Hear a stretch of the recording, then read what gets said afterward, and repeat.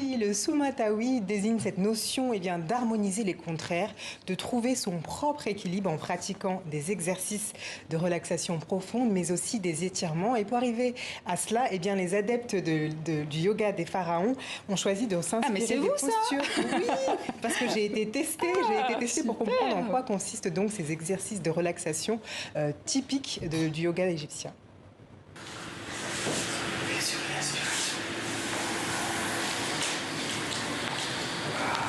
Inspiration, on va fléchir la jambe droite.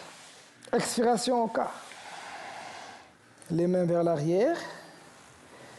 Et on va faire la posture complémentaire, posture dite de la table.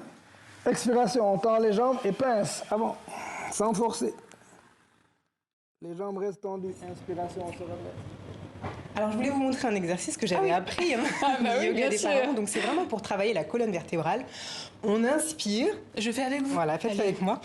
On inspire et en fait, vous pivotez de cette façon sans bouger la tête. Et normalement, vous devriez avoir la colonne vertébrale qui tire et qui s'étire.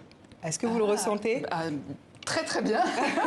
Sinon, il faudra aller prendre des cours. Des cours, on va faire ça. Le yoga, une pratique d'origine indienne quand même à la base, on peut le dire. Mais alors comment expliquer cette évolution vers une pratique égyptienne? Oui, alors pour bien comprendre, il faut revenir aux origines. Le yoga des pharaons a été créé en 1967 par Maître Babacar Khan, que l'on aperçoit ici à l'image. C'est un docteur en ostéopathie et l'homme a d'abord été formé donc au yoga traditionnel indien, mais au fur et à mesure de ses rencontres et des influences, il a développé sa propre pratique, le yoga des pharaons. Donc, il y a un lien entre les deux.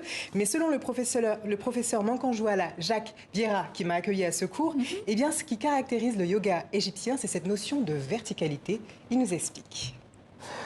Les postures de la verticalité, c'est une sorte de célébration de l'avènement de l'humain, dont le rôle, c'est de maintenir l'harmonie cosmique sur Terre. C'est ça son rôle.